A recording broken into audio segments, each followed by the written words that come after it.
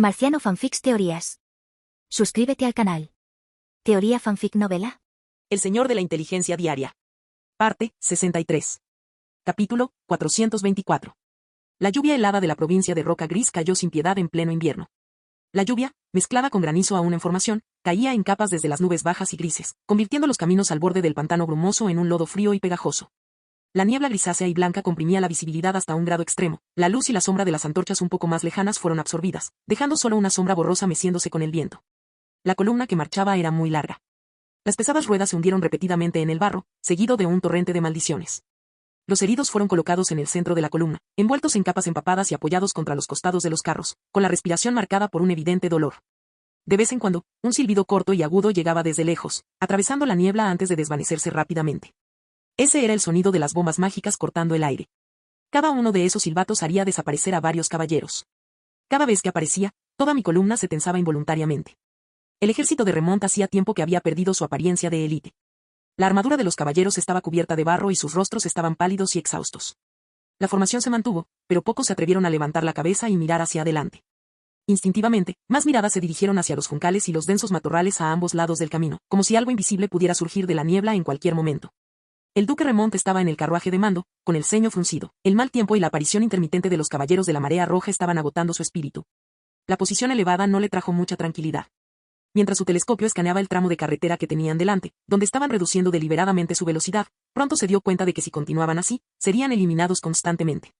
No podemos prolongar esto más. Dejó el telescopio y llamó a un asistente, explicándole una estratagema cuidadosamente planeada. El cebo fue colocado rápidamente. Una docena de carros de suministro, cargados con grano y forraje, fueron posicionados intencionalmente en una curva del camino. Un eje se rompió a plena vista, obligando al convoy a detenerse. Solo unas pocas docenas de jinetes de aspecto exhausto los escoltaban. La línea defensiva era tan floja que era casi superficial. Sin embargo, bajo el barro a ambos lados del camino, varios cientos de caballeros de élite con armaduras pesadas ya estaban atrincherados. Se vieron obligados a abandonar sus caballos y acechar en el barro helado mientras la infantería pesada, con sus armaduras empapadas de agua fría, sentía el peso presionando sus cuerpos, haciendo cada respiración lenta y difícil. El duque Remont miró fijamente el carro de grano. «Vamos, Louis». Su voz tenía un ligero tono de desdén. Pronto, el sonido de cascos llegó desde la niebla. El cuerpo de Remont se inclinó ligeramente hacia adelante, su mano ya descansaba sobre la empuñadura de su espada. Sin embargo, ese sonido de cascos no provenía de cerca de los carros de cebo. Pasó a toda velocidad por el bosque lateral, sin siquiera cambiar de dirección. Los carros de grano fueron completamente ignorados. Las pupilas de Remont se contrajeron de repente. Casi al mismo tiempo, se dio cuenta del verdadero objetivo de su oponente. Era una zona baja, a la derecha y detrás del ejército principal, aparentemente segura y lejos de la carretera principal. Allí estaban estacionadas las tiendas del batallón Scout de los Caballeros Buitre Negro, encargados de proporcionar información y alerta temprana a todo el ejército. El sonido de los cascos se detuvo allí. Lambert condujo a los jinetes a un lugar apartado a 700 metros de distancia, donde tiraron de las riendas sin acercarse más. No desenvainaron sus espadas. En lugar de eso, sacaron esferas plateadas de sus alforjas. Eran bombas mágicas portátiles de 7ª generación. Las bombas mágicas portátiles, inscritas con runas peligrosas, se cargaron rápidamente en simples lanzagranadas alquímicos. Sin necesidad de órdenes, estos caballeros eran extremadamente hábiles. Decenas de esferas fueron lanzadas simultáneamente, describiendo elegantes parábolas a través de la niebla para aterrizar precisamente dentro del área de la tienda del batallón de reconocimiento. Boom. Boom. Boom. Al instante siguiente, de repente estallaron llamas alquímicas de color azul oscuro. Las ondas de choque recorrieron la cavidad, envolviendo tiendas, estacas de madera y exploradores que no habían tenido tiempo de ponerse sus armaduras. El aire se agitó violentamente por la magia y poderosas corrientes levantaron barro y miembros amputados, arrojándolos contra los alrededores. Los gritos duraron solo un breve momento antes de ser completamente ahogados por las réplicas de las explosiones. Y los caballeros que habían lanzado esas bombas mágicas ya habían desaparecido junto con el sonido de las explosiones. Remont permaneció donde estaba, observando impotente cómo aquella zona baja se transformaba en un mar de fuego. Los carros de cebo permanecieron en la esquina, ilesos. Sin embargo, los 200 caballeros fuertemente armados que esperaban en el barro permanecieron boca abajo. El largo tiempo que permanecieron inmóviles permitió que el agua helada penetrara en sus articulaciones. Antes de que pudieran dar ninguna orden, algunos de ellos ya habían comenzado a temblar incontrolablemente o incluso habían perdido el conocimiento. Todo esto era absurdo hasta el punto de ser cruel. El ayudante casi tropezó mientras corría hacia el carruaje de mando. Su rostro era una mezcla de barro y sangre, y su voz temblaba incesantemente de frío y miedo. «Señor Duque, el batallón Buitre Negro ha desaparecido por completo». Respiró profundamente, como si reuniera todo su coraje, antes de continuar. Acaba de llegar un informe urgente de la vanguardia. Su puente de pontones fue destruido durante la travesía y un escuadrón entero de caballería pesada cayó al pantano. Remont no dijo nada. El asistente bajó la cabeza, su voz casi se ahogó por la emoción. Este es el 30º ataque. 5 días, solo 5 días. Ni siquiera hemos visto el hito fronterizo de la provincia de Roca Gris, y nuestra fuerza militar ya se ha reducido a 1/3. Un silencio sepulcral se cernía sobre el coche de control. Remont desplegó lentamente el mapa de la marcha. En ese momento, finalmente entendió.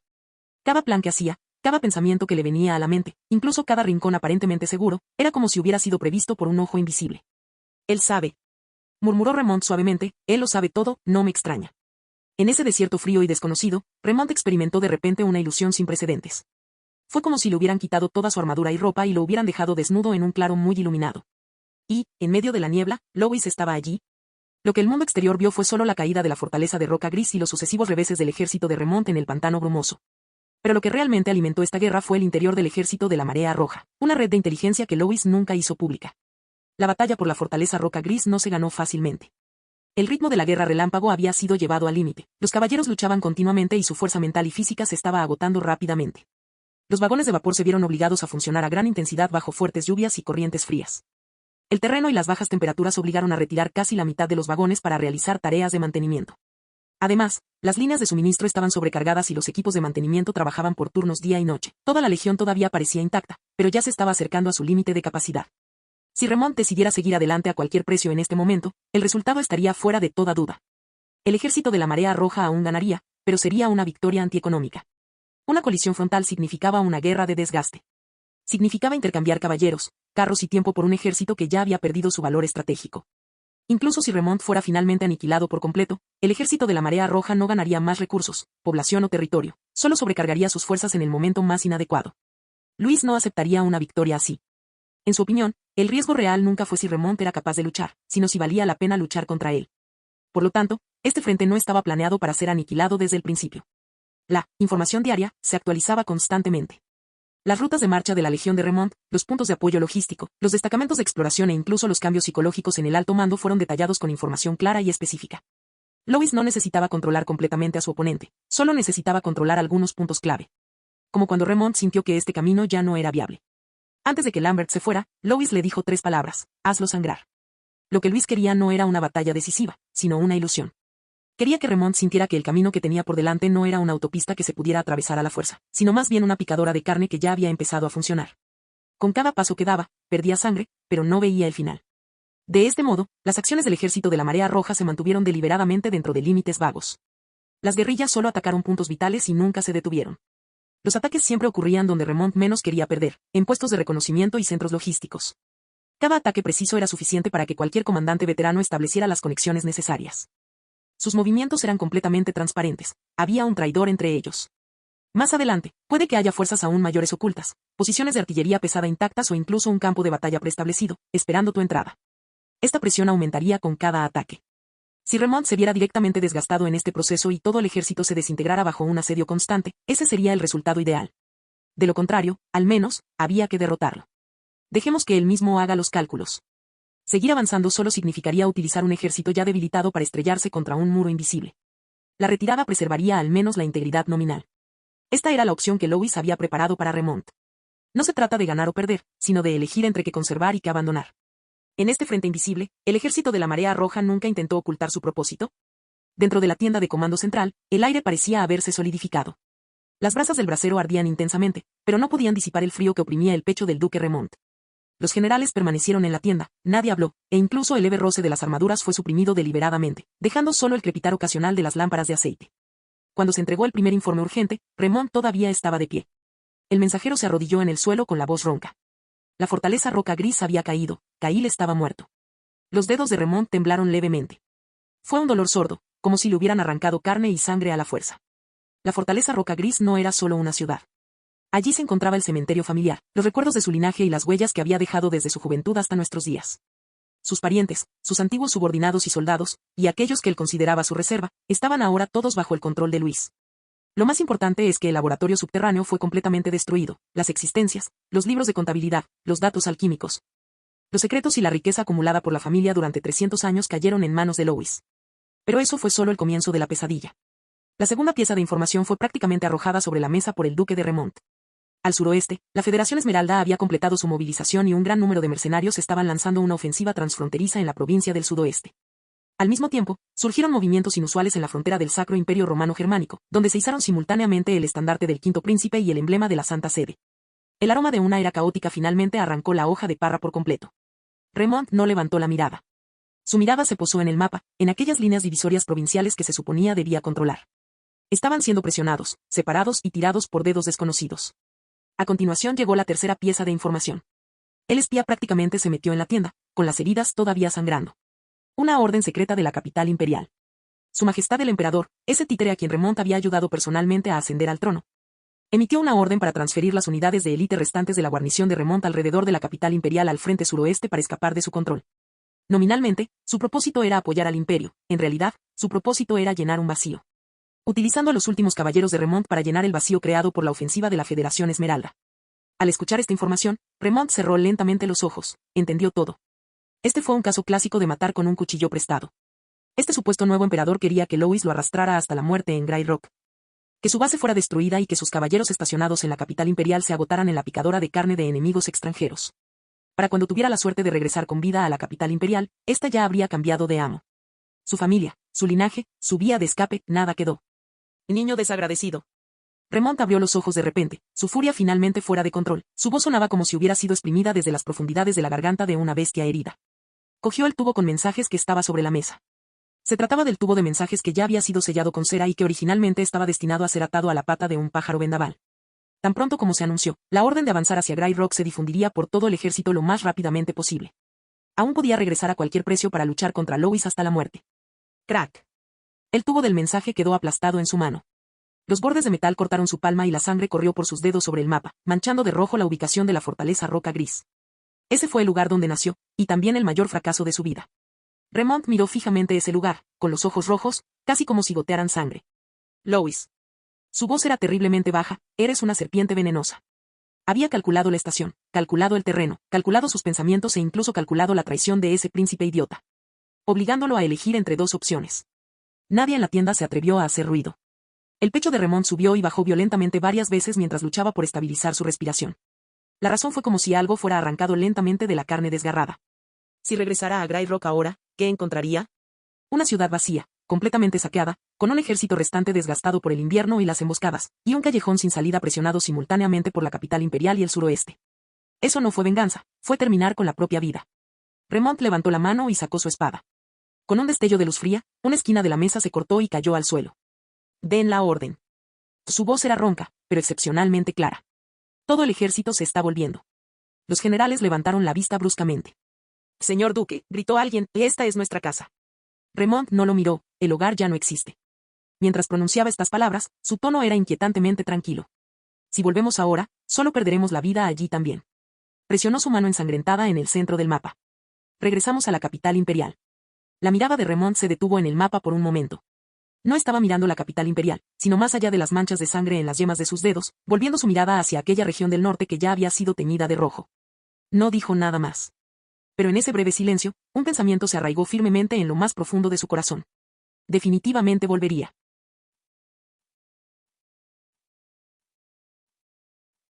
Capítulo 425. El olor a sangre dentro de la fortaleza Roca Gris aún no se había disipado por completo. Fuera de la fortaleza, los trabajos de limpieza aún continuaban. Los restos de los monstruos fueron arrastrados lejos de la plaza y se utilizaron alternativamente lanzallamas y cañones de agua a alta presión en un intento de eliminar el barro rojo oscuro atrapado en las grietas de las piedras. El aire estaba cargado de olor a sangre y azufre, y cuando soplaba el viento frío, parecía brotar de un pozo profundo y sin sellar. A pesar de esto, Luis decidió celebrar aquí la reunión sobre méritos y recompensas. La fortaleza Roca Gris había sido el lugar donde la familia Remont discutía asuntos militares y distribuía beneficios.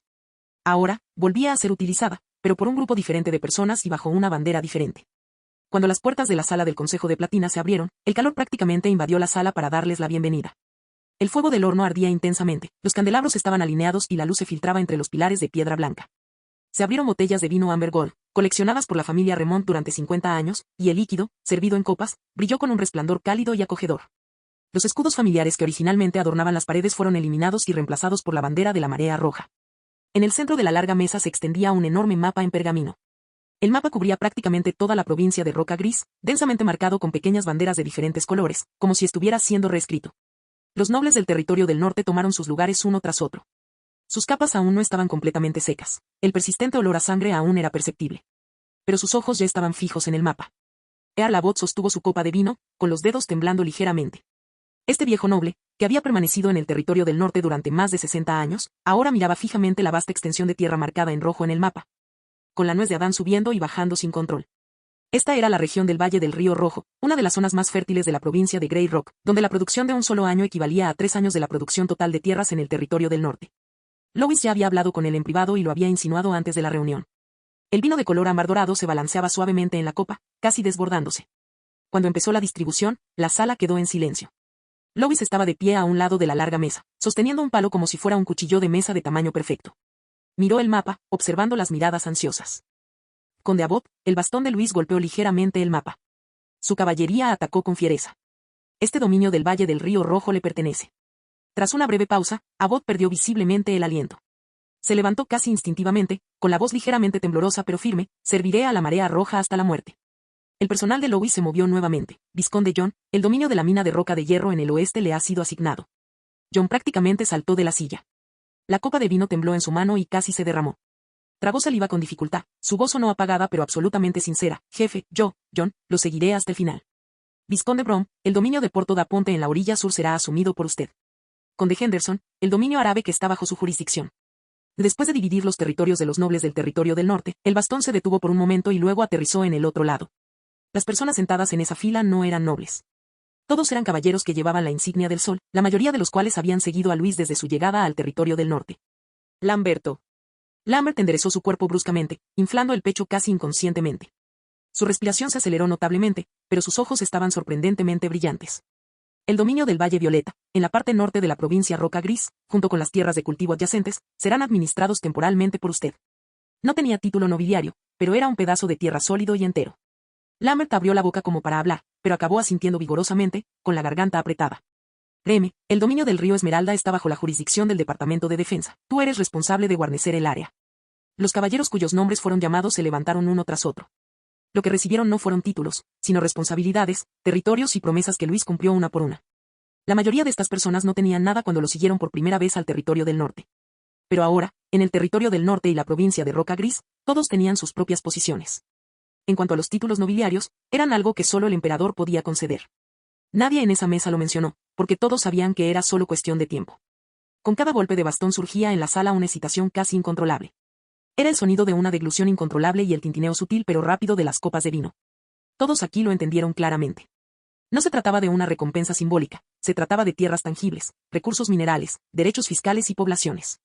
Partes de los restos de la familia Remont fueron retirados inmediatamente. Los movimientos de Lois eran firmes y pausados, esculpía con precisión y se ganaba el respeto de todos. Cuando se dividió la última área, nadie en la Cámara del Consejo Platino se molestó más en ocultar sus emociones. El vino fue devorado de un trago y sus miradas alternaban entre el mapa y Lois. En ese momento, el mismo pensamiento quedó firmemente grabado en el corazón de cada noble y caballero presente. Siguiendo los pasos de Luis, no solo era posible sobrevivir, sino también hacerse rico. Pero todos sabían muy bien que la mayor parte no estaba en esa mesa. Los principales derechos fiscales, los sistemas portuarios y la autoridad judicial máxima sobre los principales depósitos minerales de la provincia de Grey Rock permanecieron firmemente en manos de Lois. Estos puntos cruciales que determinarían la dirección de la próxima década ni siquiera fueron mencionados desde el principio. Porque todos entendieron que sin Lois este encuentro jamás se hubiera producido hoy. Olvídense de la idea de barrer toda la provincia Grey Rock hacia el sur, incluso capturar la fortaleza Grey Rock era inimaginable para cualquiera de ellos. Las copas de vino se levantaron una tras otra, y Earl Abbott fue el primero en ponerse de pie. El anciano noble sostenía su copa, con la espalda recta y sus ojos reflejaban alivio. Si no fuera por Lord Lois, nunca me habría atrevido siquiera a soñar con las puertas de Grey Rock Keep en esta vida. El vizconde John se levantó de inmediato. El gordo tenía la cara roja y prácticamente se bebió el vino de un trago. El lugar que la familia Remont protegió durante 300 años fue derribado por usted, jefe, en una sola batalla. Yo, John, estoy convencido. El conde Brom simplemente levantó su copa, chocó sus vasos con los de Lois desde la distancia y bebió el vino de un trago. Llegar hasta aquí es la apuesta más grande que he ganado en mi vida. Gracias, Lord Lois. Nunca olvidaremos la bondad de Lord Lois. Varios caballeros que ya habían recibido dominios también se levantaron. Lambert no dijo nada, solo asintió vigorosamente, apretando inconscientemente los puños. La emoción del momento era difícil de ocultar. Con el vino consumido, la respiración se aceleró. Algunos miraban repetidamente las marcas del mapa, como para confirmar que esos nombres y tierras realmente les pertenecían. Todos sabían que estaban presenciando un nuevo orden consolidándose en esa misma mesa. Lois permaneció de pie, con expresión aún tranquila. Solo cuando esas voces se hubieron calmado naturalmente y todos se hubieron calmado, volvió a hablar, sobre la gobernanza de estos nuevos territorios. En el momento en que habló, Earl levantó rápidamente su copa. Lord Louis, por favor no permita que lo gobierne directamente. El anciano noble habló con sorprendente franqueza, aunque su tono contenía un toque de deliberada moderación. Pero sabía muy bien que, si realmente se les permitía gobernar independientemente, Luis jamás accedería a la propuesta. Dado que estos campesinos de la provincia de Roca Gris están ahora bajo nuestro control, el código de la marea roja debe implementarse de inmediato. Retrasarlo incluso un solo día causará problemas. El vizconde Brom respondió rápidamente con una expresión sincera. Para ser honesto, por supuesto que nos gustaría gestionar esto nosotros mismos. Suspiró y luego hizo una ligera reverencia hacia Louis. Pero si dejo que mis hijos idiotas dirijan este territorio, el resultado inevitable será corrupción y agitación, y ustedes terminarán teniendo que limpiar el desastre. Lord Louis, por favor, asegúrese de que los comisionados de la marea roja estén desplegados allí. Nosotros nos quedamos con los dividendos, usted gestiona el pedido. Es mutuamente beneficioso y nos ahorra problemas. Después de pronunciar estas palabras, la sala del consejo pareció relajarse y varios nobles murmuraron en señal de acuerdo. No es que no quisieran tener el poder gubernamental, todos los presentes habían evaluado rápidamente la posibilidad de administrarlo por su cuenta. Pero incluso si ese pensamiento fuera expresado, nunca recibiría la aprobación de Louis. Quería estabilidad para toda una provincia, no una nueva ola de nobles que seguirían cometiendo errores. Además, gestionarlo todo por su cuenta era ingrato y agotador. Tendrían que mantener caballeros para sofocar las revueltas, los impuestos disminuirían debido a diversas formas de explotación, y toda la culpa recaería sobre ellos. Sin embargo, entregar la tierra a la marea roja fue un cálculo completamente diferente. El departamento de agricultura era más profesional en la agricultura. El departamento de comercio podía vender los mismos productos a precios más altos y el departamento de defensa era responsable de la seguridad y la limpieza. Todos los riesgos estaban claramente aislados. Las cuentas estaban claras, los dividendos fijos y los pagos realizados a tiempo. Solo quedaba esperar los resultados. Después de años de integridad, el respaldo crediticio de Red Tide fue más difícil de obtener que el oro. Luis absorbió todo esto y quedó bastante satisfecho con la reacción de estos nobles del territorio del norte. Su mirada recorrió brevemente el mapa, pero en su mente ya estaba calculando sus principales ganancias de esta campaña. Primero vino el territorio y la población. La inclusión de la provincia de Roca Gris en el sistema de marea roja significó que el área de control efectiva del territorio de la marea roja prácticamente se duplicó de la noche a la mañana. Lo más importante eran las llanuras continuas. A partir de ese momento, la marea roja ya no se vería limitada por el intenso frío del territorio del norte ni por la dependencia del grano importado. Ahora poseía uno de los graneros más estables del Imperio Occidental. No se trataba solo de tener suficiente para comer. Esa era la confianza necesaria para librar una guerra prolongada. Después vino la población. Los millones de agricultores, artesanos y refugiados de la provincia de Roca Gris se convertirían rápidamente en mano de obra gracias a la integración del sistema de la marea roja. La mano de obra dejó de ser el cuello de botella de la marea roja. También había puntos de acceso al mar y rutas comerciales. Una vez que los puertos de la provincia de Rocha Cincenta se integraran al sistema marea roja, los productos del territorio del norte y los bienes industriales de marea roja ganarían un mercado más amplio para su venta a precio de costo. Y el tesoro dejado por la familia Remont fue el combustible más directo. Siglos de acumulación, oro, cristales mágicos y materiales raros, se amontonaron como montañas. Esta riqueza fue suficiente para sustentar la siguiente ronda de mejoras industriales arcanas para la Legión de la Marea Roja, producción en masa de carros de guerra de vapor, artillería mejorada, desarrollo de barcos de vapor e incluso reserva de espacio para proyectos a largo plazo. Además, el Daily Intelligence había indicado más puntos de recursos ocultos para él esta mañana. Minas mágicas ocultas e inexploradas, zonas de anidación de monstruos de gran valor y varias instalaciones subterráneas selladas deliberadamente por la familia Remont. El desarrollo de estas cosas era ahora solo cuestión de tiempo. Por último, y lo más importante, estaban los restos del dragón antiguo, que aún estaban intactos a pesar de haber perdido su corazón. No era este un poder con el que se pudiera jugar. Pero Louis no repetiría el error de la familia Remont de utilizarlo para experimentos con humanos. Tal existencia era invaluable en sí misma, y planeó entregársela al equipo de alquimia de Merian para su desarrollo. Esta vez, las ganancias fueron inmensas. Exteriormente, Louis estaba tranquilo, pero por dentro estaba radiante de alegría.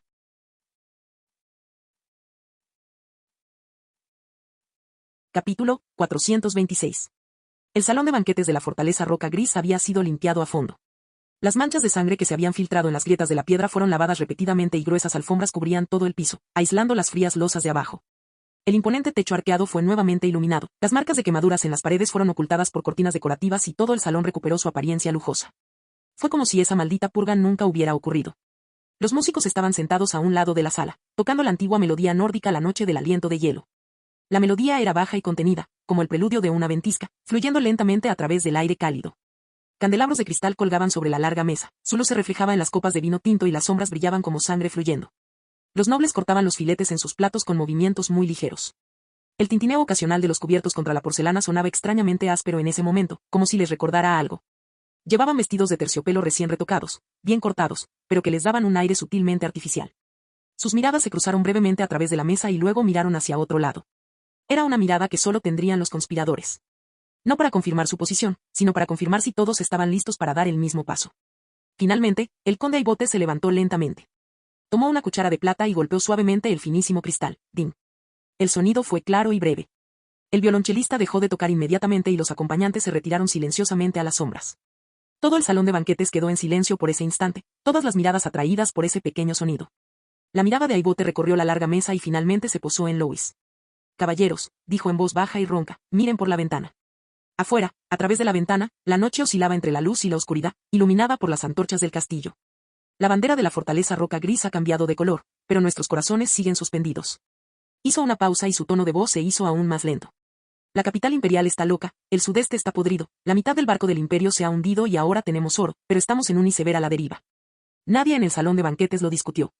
Aibote se volvió hacia Louis, su mirada ya no era la de un señor, sino la de un monarca. «Mi señor, la espada del ejército del norte es demasiado afilada, tan afilada que asusta a todos, incluidos a nosotros mismos». Su mano se apretó ligeramente en el aire. «Si esta espada no tiene vaina, acabará hiriendo a quien la empuñe. Y en el caótico mundo actual, la única vaina capaz de contenerla». La voz de Aibote era extremadamente baja, su mirada fija en Louis, «es solo la corona. Solo el peso de la corona puede calmar el malestar de este mundo caótico, y solo un nuevo gobierno legítimo puede transformarnos de señores de la guerra separatistas en los verdaderos pilares del imperio». Al oír esto, la respiración de John se volvió pesada. El hombre regordete se había olvidado por completo de la mesa del comedor y de la etiqueta. Tenía los ojos muy abiertos mientras miraba fijamente hacia el lugar principal. Mientras Louis asintió. Esta sería la base de una nación. Sería un ministro fundador, un funcionario de alto rango del nuevo imperio. Este pensamiento hizo que sus dedos temblaran ligeramente y su corazón latiera dolorosamente en su pecho. Esa sed casi bestial de poder corría por sus venas, como si, en el siguiente segundo, pudiera arrancarle la garganta a cualquiera que se interpusiera en el camino de Louis. No fue solo John. Desde ambos lados de la larga mesa, las miradas de todos los nobles convergieron sin que ellos se dieran cuenta. No susurraron, pero todos esperaban lo mismo, no fue una sugerencia improvisada. Esta era una posibilidad que había sido ensayada y calculada repetidamente en privado. Y ahora estaba a nuestro alcance. La expectación fue creciendo poco a poco en el aire, algunos contenían la respiración, otros agarraban instintivamente sus servilletas. El conde Aibote hizo una reverencia lentamente, manteniendo una postura inmóvil. Esta fue una apuesta arriesgada. Estaba utilizando sus 60 años de prestigio para obligar a Louis a dar un paso al frente. Estaba apostando por la ambición de Luis. El salón de banquetes estaba terriblemente silencioso. Incluso el crepitar ocasional de los troncos de pino ardiendo en la chimenea sonaba excepcionalmente claro. La mirada de todos parecía materializarse en hilos, uno a uno, envolviendo al joven sentado en la silla principal. Louis estaba sentado en las sombras. La luz del candelabro de cristal no llegaba a su rostro, solo reflejaba luz y sombras fragmentadas en el borde de la mesa y el vino. Jugaba con el frágil vaso de cristal que tenía en la mano, mientras sus dedos se deslizaban lentamente por el borde. Su expresión era indescifrable, sus ojos tan tranquilos como un pozo sin fondo de agua fría. Los dedos de Louis se apretaron ligeramente. Grieta. El leve sonido de cristales rotos resonó en el salón de banquetes, que estaba completamente en silencio. Como un trueno. Levantó lentamente la mirada y una aura débil y antigua emanó silenciosamente. La pluma del escriba Vico cayó al suelo con un ruido sordo. Ante su vista, la sombra detrás del asiento principal se retorcía de forma extraña. La luz de la vela parecía ser devorada y estirada por alguna fuerza, y la sombra se hinchó lentamente, hasta finalmente condensarse en una enorme pupila vertical dorada y desenfocada. No estaba completo ni tenía forma física. Sin embargo, parecía descender de las nubes, observando todo en el salón de banquetes con indiferencia. Casi en el instante en que apareció el aura, la mente de John se quedó en blanco. Golpear. Sus nalgas golpearon con fuerza contra el suelo, el sonido fue apagado y nítido. Se apoyó en las manos, jadeando, una reacción instintiva despertada a la fuerza en lo más profundo de los genes de una criatura cuando se enfrenta a un depredador incomprensible. Envío. No es una elección, sino un reflejo. El conde Aibote era al mismo tiempo mucho mejor y mucho peor. Como un caballero que había entrado en este reino extraordinario, claramente sintió que su espíritu de lucha era inmediatamente reprimido. El sistema energético del que había estado tan orgulloso durante toda su vida no poseía las mismas cualidades aquí. De repente su corazón se apretó. Un sudor frío empapa instantáneamente su camisa de seda y le recorre la columna. Apretó los dientes y apenas logró evitar arrodillarse. Cuando volvió a levantar la vista, ya no había fanatismo en sus ojos, solo profunda reverencia. No se trataba de presión ejercida por objetos externos ni de algún ingenioso arte secreto. Era una diferencia puramente jerárquica. Al menos un caballero de nivel máximo, o incluso superior. Esta conclusión hizo que a Aibot se le hiciera un nudo en la garganta.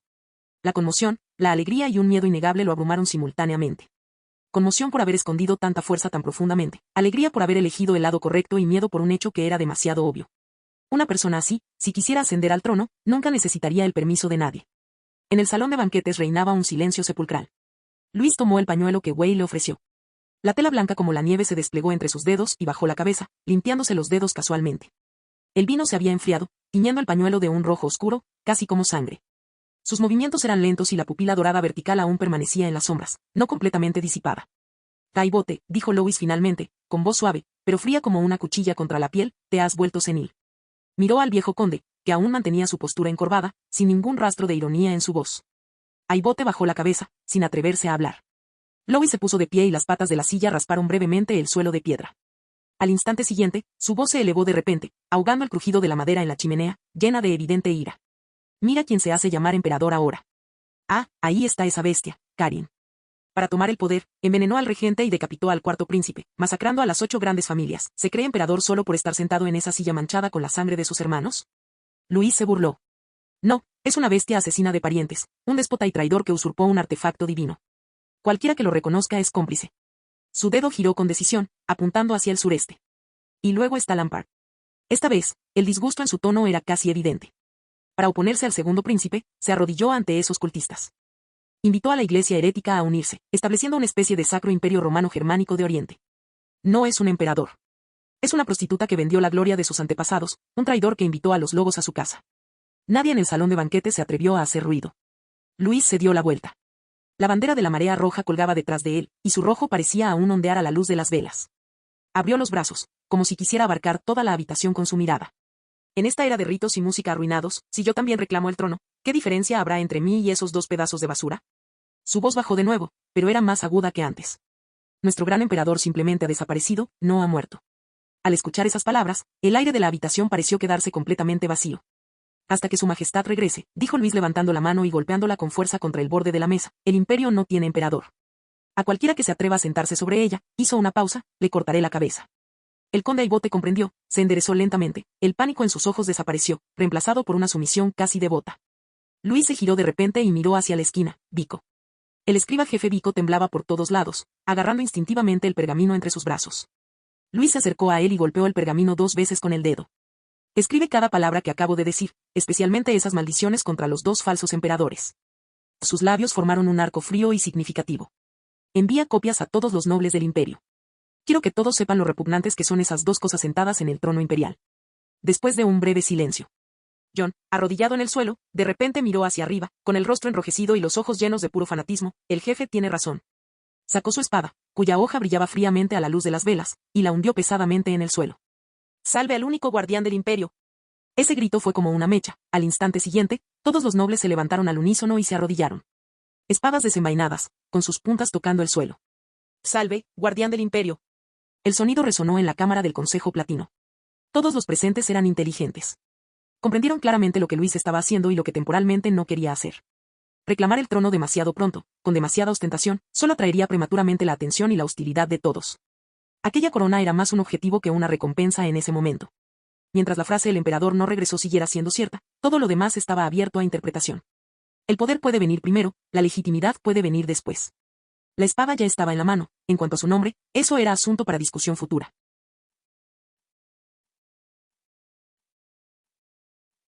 Capítulo 427. Las cortinas de la oficina estaban bien cerradas. El pesado terciopelo bloqueaba la luz del día y el ruido distante de las calles de la capital imperial. Karin estaba sentada detrás de la mesa, donde un pergamino recién entregado yacía abierto, con sus bordes aún arrugados. El manifiesto a los compatriotas imperiales, escrito a partir del discurso de Luis. Leyó línea por línea. Las palabras eran agudas y maliciosas, como cuchillas deliberadamente afiladas. ¿Una bestia asesina de parientes? ¿Un tirano que usurpó la reliquia divina? Al oír esto, los labios de Karin se tensaron de repente. Una risa baja y ronca escapó de su garganta, una sensación de satisfacción después de que la verdad finalmente había sido revelada. Bestia, repitió la palabra en voz baja, apretando lentamente los dedos, pellizcando un pliegue del pergamino. Ah. Louis, tienes razón. Su mirada era fría y lúcida. Karin recordó cómo él mismo había aplastado la garganta de Rin. Recordó las filas de cadáveres colgados a lo largo de la avenida do Triunfo y la temperatura de la sangre filtrándose por las grietas de las losas de piedra. Él nunca necesitó una hoja de parra. El trono de este dragón fue construido sobre violencia y sangre. En comparación con la autoproclamada hipocresía civilizada de Rine, él prefería esta franqueza. Karin continuó leyendo, y cuando su mirada se posó en la frase "hasta que su majestad regrese", el trono del imperio está vacante, su risa se fue apagando gradualmente. La oficina volvió a quedar en silencio. Carien levantó la vista y se reclinó en su silla, tamborileando suavemente con los dedos sobre la mesa. Eso era lo que realmente le interesaba. Todos creían que su gran padre, el emperador, no regresaría. Pero Luis había ocupado la provincia de Roca Gris y absorbido a la familia Remont. Sin embargo, se abstuvo deliberadamente de reclamar la corona, prefiriendo esperar el regreso del emperador. Desaparecido desde hacía años. Claramente, estaba dejando una vía de escape. Carien sintió que no era cobardía, sino más bien moderación. Él sabe que aún no tiene la fuerza para tragarse todo el imperio. Controlar 2 provincias es su límite actual. Los labios de Carien se curvaron nuevamente. Este manifiesto a los compatriotas era un insulto a primera vista, pero en realidad, estaba trazando una línea. El norte ya no podía avanzar hacia el sur, al menos no por el momento. Continuó leyendo, y cuando vio a Louis usando las palabras más mordaces para reprender al quinto príncipe Lampard, llamándolo prostituta que vendió la gloria de sus antepasados, Carien no pudo evitar burlarse. Viejo quinto, ese cobarde sin carácter, dijo, meneando la cabeza con desprecio. Adulando a esos fanáticos religiosos. En ese momento sintió un alivio increíble. La carta de Luis maldijo al emperador títere del sudeste incluso más duramente que a él personalmente, empujándolo al fango de la herejía. La opinión pública legítima del imperio estaba completamente dividida por la mitad. De un lado estaba él, el tirano ensangrentado, y del otro, el traidor inclinándose ante una teocracia extranjera. Mientras tanto, el norte permaneció afuera, observando fríamente. Carien exhaló lentamente, interesante. En materia de oposición al Sacro Imperio Romano Germánico, este hombre del norte podría incluso convertirse en un peón útil. No es un amigo, pero tampoco es necesariamente un enemigo mortal. Arrojó el pergamino sobre la mesa, como si descartara una mano que ya había sido descubierta. Sigue vigilando el norte, dijo Carien secamente al guardia en las sombras. No lo provoques. Entonces Carien se reclinó y cerró los ojos. Su instinto de soldado superó sus emociones en ese momento. En su mente, un nuevo mapa del imperio se fue desplegando lentamente. No eran líneas en pergamino, sino un contorno real formado por sangre, rutas de suministro, legiones y ambiciones entrecruzadas. Al norte se encontraba la dirección de Luis Calvino. La provincia de Roca Gris había cambiado de manos, pero Luis no había continuado su avance hacia el sur ni tenía prisa por utilizar esa corona. Por el contrario, incluso señaló su voluntad de restablecer parte del comercio. Carien lo vio claramente. Eso no era debilidad, era un lobo que ya había tenido suficiente y ahora se lamía las garras en preparación para la siguiente cacería. Inquebrantable fue su valoración del norte. Remont no había logrado recuperar Grey Rock, y él mismo ciertamente no podría hacerlo. En ese caso, acepta la situación actual. Que Luis se convierta en un baluarte en la parte norte del imperio. Bloquea a los enemigos extranjeros y otros hombres ambiciosos. Cuando fuera necesario, podría dejar que ese muro sangrara para el imperio y tal vez, con el tiempo, conquistarlo para su propio beneficio. No era descabellado nombrarlo rey del norte. Al sureste se encontraba el quinto príncipe Lampard y la iglesia detrás de él.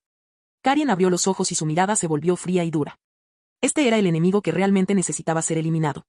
La entrada de herejes al país y el uso del poder divino para suprimir el poder imperial representaban un desafío directo a la legitimidad del imperio. Herejía. Rumiaba la palabra repetidamente en su mente. Era el objetivo perfecto. Mientras todas las guerras se dirigieran hacia el sudeste, podía utilizar el pretexto de purgar a los herejes para unir a la nobleza y establecer su posición legítima e inquebrantable. Por último, estaba la capital imperial entre él y Remont. Su mirada atravesó las pesadas cortinas y se volvió hacia el otro lado de la ciudad imperial. Esta era la dirección de la mansión del duque Remont. Aunque el duque Remont no había regresado, muchos caballeros todavía patrullaban la zona.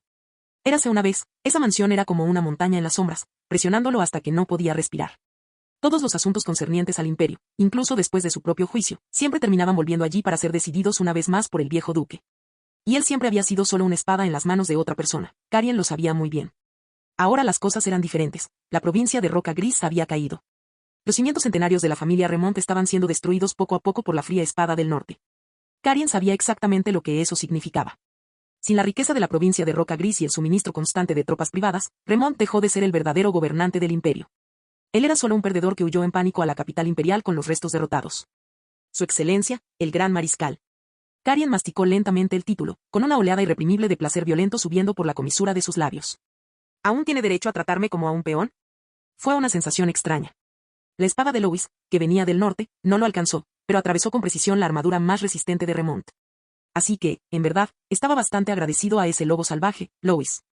Carien apartó la mirada lentamente. Conocía el carácter de Remont mejor que nadie, y el viejo duque nunca había sido un súbdito leal. Remont lo había elegido simplemente como un títere. Tan pronto como la situación se estabilizara, Remont seguramente actuaría. Reemplazar a sus guardias, controlar su voluntad con drogas o incluso orquestar un accidente para reemplazarlo por un títere más obediente. En el pasado, no podía resistirse porque Remont poseía una fuerza absoluta. Pero ahora este viejo lobo había perdido sus afiladas garras y su salida. Pero una bestia sin salida solo se volvería más frenética, más desesperada por apoderarse de sus últimas fichas. Entonces, Susurró Carien para sí mismo, con una voz tan débil que era casi inaudible: Remont, ahora eres mi mayor enemigo. Antes de romper con el norte, antes de ajustar cuentas con el viejo estado y esos fanáticos. Tuvo que devorar personalmente a su antiguo benefactor dentro de esta jaula en la capital imperial. De lo contrario, él mismo sería el siguiente en ser servido en la mesa. Ahora no eres más que un perro viejo que perdió su perrera. Los labios de Carien se curvaron en una fría sonrisa. En nombre de la reconquista del sudeste y la defensa del suroeste, enviaría repetidamente a los descendientes directos restantes de Remont a una verdadera picadora de carne. Cuando todos esos caballeros murieran, cuando Remont ya no pudiera producir monedas de oro ni demostrar mérito militar, la gente a su alrededor naturalmente comenzaría a vacilar. En ese momento, usaría el nombre del emperador para ganarse a los nobles menores y a los caballeros de bajo rango que habían perdido la fe en Remont. Un duque que había perdido su territorio y su fortuna. ¿Qué podría utilizar para comprar lealtad? Carien exhaló lentamente, tomó la copa de vino que estaba sobre la mesa e hizo un pequeño brindis por la oficina vacía. Y gracias, Louis. Sus ojos brillaban con locura y astucia en la tenue luz. Le sacaste los dientes a Remont para mí. El resto de la carne me la comeré yo mismo, pieza por pieza. En la sala de oración casi no había luz. En el borde del altar solo había un delicado candelabro, el ámbar gris se derretía lentamente en la llama, liberando un aroma dulce e intenso. La luz de la vela parpadeó, alargando dos figuras y proyectándolas sobre el gigantesco emblema sagrado en forma de flor de plumas doradas en la pared. El contorno del emblema se distorsionaba levemente por la luz y la sombra, como un pájaro gigante clavado en la pared, con las alas extendidas pero a punto de romperse en cualquier momento. El quinto príncipe Lampard estaba de espaldas a la puerta. Miró hacia abajo, limpiando una espada larga ceremonial, la hoja plateada brillaba fríamente a la luz de las velas. Una bola de pergamino arrugada ardía lentamente en el brasero, las llamas devoraban las palabras y convertían gradualmente el manifiesto en cenizas. Duque, dijo Lampard con voz firme y sin titubeos emocionales. A veces pienso que la familia Calvin tiene mucho talento. Continuó limpiando su espada sin mirar atrás. Tu hijo me llama prostituta en el norte, pero tú administras mi dinero en el sur. ¿Acaso padre e hijo están apostando todos sus huevos a la misma carta, queriendo lo mejor de ambos mundos? Lampard se detuvo de repente. Se giró, bajó la punta de su espada, pero al instante siguiente la levantó ligeramente, apuntando vagamente hacia el suelo. Aquellos ojos fijos en la garganta del duque como una serpiente venenosa. Dame una razón. Una razón para no enviarte a la horca. Y no me vengas con esa tontería de que no puedes controlarlo. En la cámara secreta, el aire se congeló.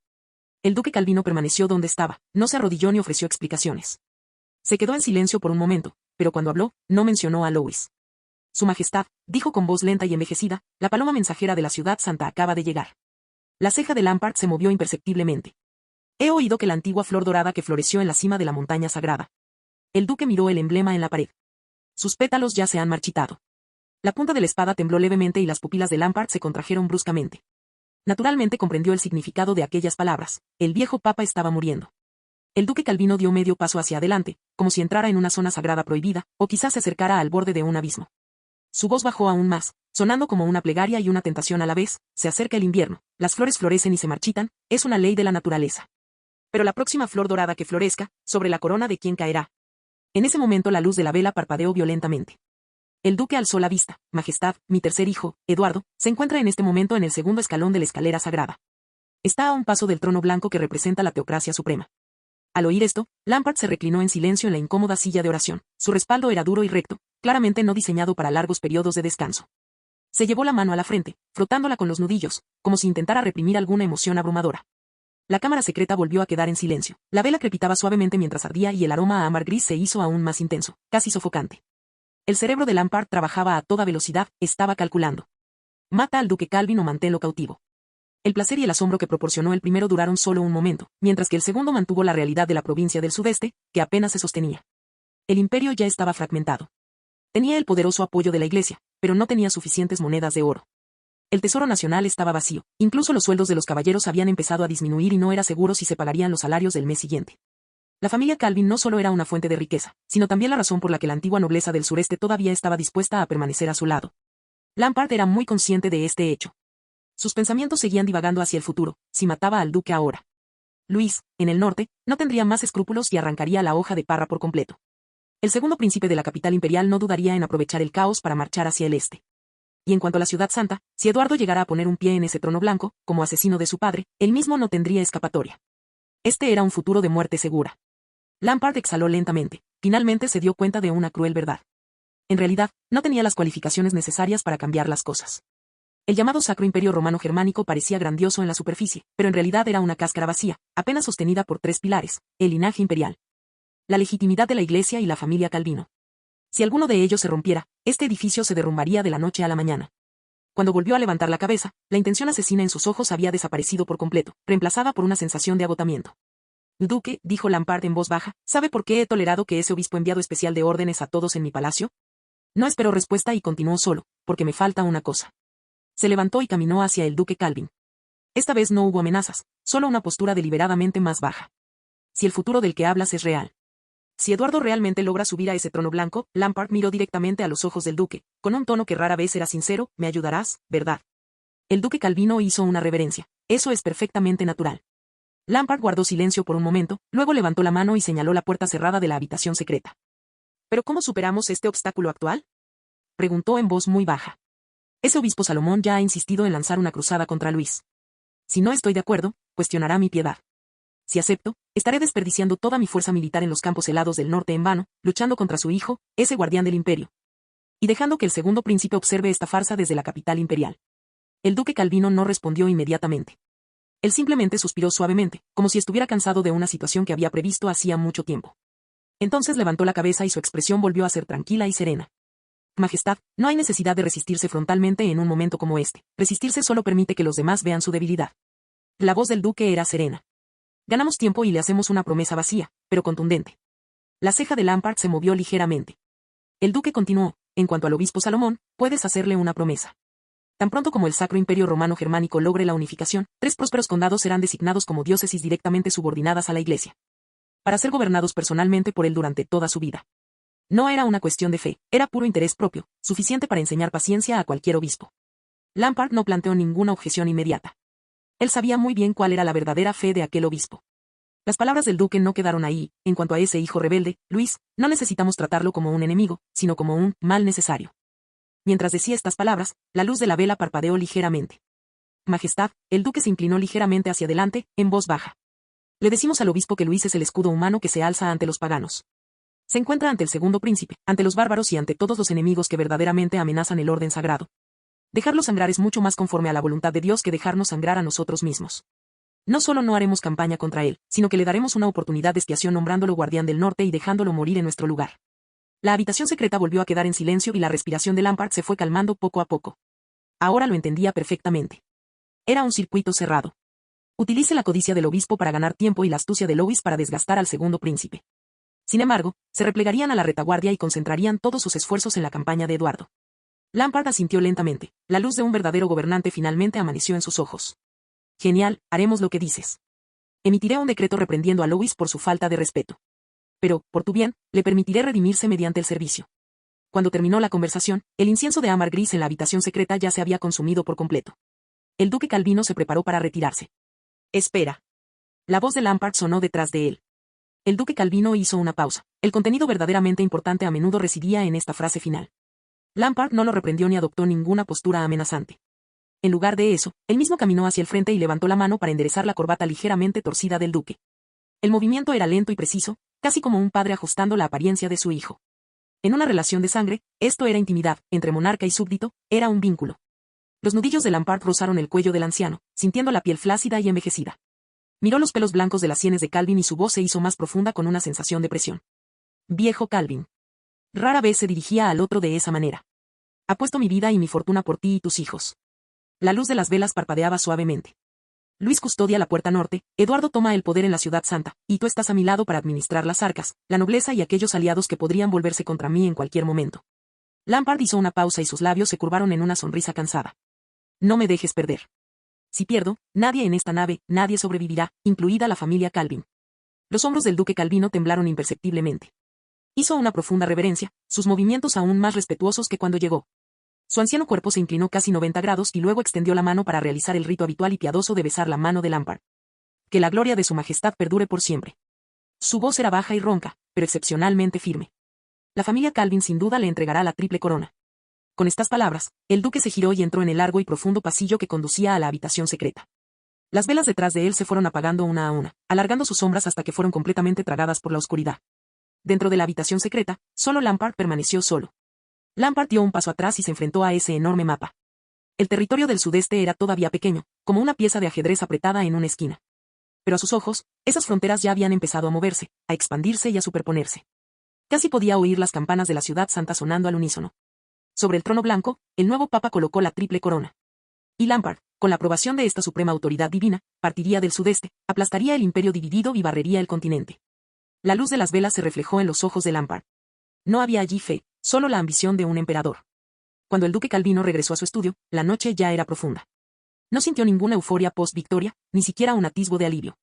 El viejo Calvin prácticamente arrastró su cuerpo hasta el escritorio y se hundió pesadamente en la silla. Este obstáculo parecía haber sido superado. Pero él sabía mejor que nadie que esto no era más que utilizar un pequeño clavo para apuntalar temporalmente una situación al borde del colapso. Todo se construyó sobre una premisa frágil. Eduardo debe ascender a ese trono blanco. Mientras las campanas de la ciudad santa no sonaran en nombre de Calvino, mientras la corona del papa acabara cayendo sobre la cabeza de otro. Así, todo el conocimiento adquirido hoy en la sala de oración se convertiría de la noche a la mañana en papel inútil. En ese momento, la iglesia se quitaría inmediatamente su máscara de gentileza, Lampard perdería su hoja de parra de santidad y el Sacro Imperio Romano Germánico se fragmentaría en un instante. Ya no sería un juego entre varios partidos, sino una verdadera tormenta de poder que lo consumiría todo. Sobre la mesa estaba extendido un mapa del mundo. Su mirada, sin embargo, permaneció fija solo en el norte. Provincia de Roca Gris, esa zona estaba marcada en rojo, excepcionalmente llamativa, como una herida que aún no había cicatrizado.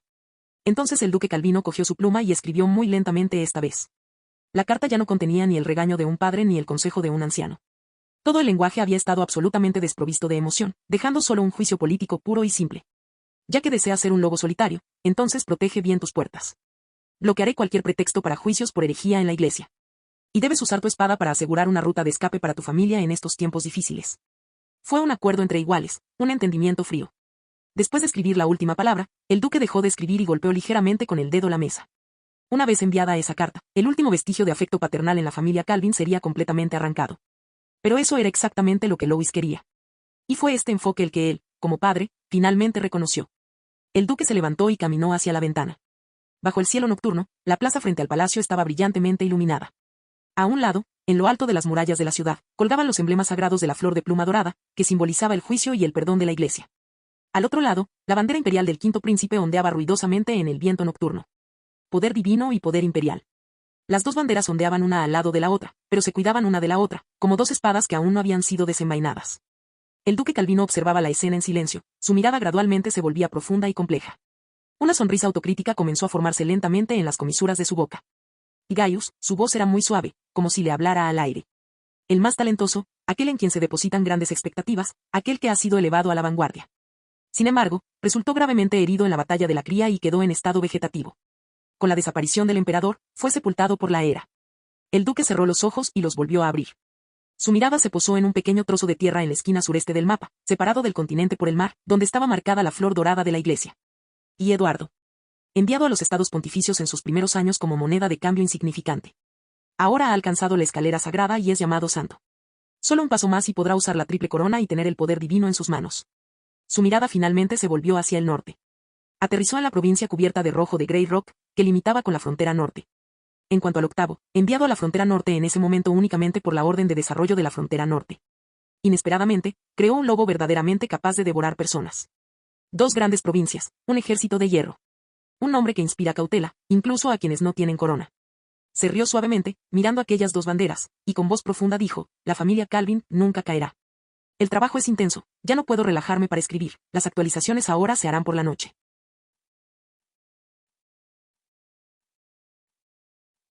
Capítulo 428.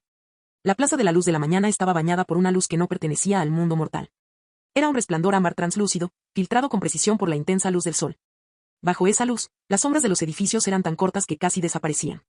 Los bajorrelieves y murales a ambos lados de la calle estaban dispuestos de manera organizada. Su contenido era muy unificado, la reaparición de los milagros, el sufrimiento de los santos y el descenso de la gloria. Las líneas eran precisas y la composición rigurosa, pero no había ningún rastro personal del creador. Cualquier intento de introducir emociones personales era considerado una impureza en el alma y sería borrado suave y completamente. Un ligero aroma a polen flotaba en el aire, no dulce ni empalagoso, pero lo suficientemente fuerte como para resultar inquietante. La flor dorada, en forma de pluma, florecía en el borde de la plaza. Estas flores no seguían un patrón de crecimiento aleatorio, en cambio, se abrían y cerraban lentamente a una frecuencia extraña y uniforme. Cada apertura y cierre estaba sincronizado con precisión, hasta un grado incómodo, como si la mano de un director invisible dictara el ritmo de toda la plaza. No había vendedores ambulantes ofreciendo mercancías en las calles, ni tampoco se oía el sonido de niños corriendo unos detrás de otros. Una mujer empujando una cuna cruzaba la plaza. El bebé en la cuna tenía los ojos abiertos, no lloraba ni reía, sino contemplaba en silencio la cúpula de arriba, con las pupilas claras y vacías. En ese momento, un sonido metálico rítmico llegó desde el otro extremo de la calle. Un escuadrón de caballeros de la pluma dorada se acercó. Sus pasos estaban perfectamente sincronizados, y el sonido de sus armaduras chocando era como los engranajes de un reloj de precisión engranando al unísono, sin un solo eco superfluo. La luz del sol brillaba sobre ellos, reflejándose en su armadura dorada, que, sin embargo, parecía fría y vacía. Esta armadura no estaba desgastada, había crecido a partir de ellos. A través de la bioalquimia, el metal consagrado se fusionaba directamente con la carne y los huesos de los caballeros, convirtiendo la armadura en una parte inseparable de sus cuerpos. Imposible de quitar y sin necesidad de mantenimiento. Las runas brillaban débilmente en sus petos, subiendo y bajando rítmicamente, imitando el ritmo de la respiración pulmonar. Eduardo estaba en el centro de la procesión de caballeros. Su inmaculada túnica clerical blanca parecía aún más noble contra el fondo de su armadura dorada. Los bordes de la túnica estaban bordados con intrincados patrones de plumas doradas, el símbolo máximo de la Iglesia de la Flor de la Pluma Dorada, la Secretaría de la Santa Sede. En Avalonia, esta túnica significaba que poseía la autoridad para movilizar a la Inquisición y que era uno de los candidatos más cercanos al Papa.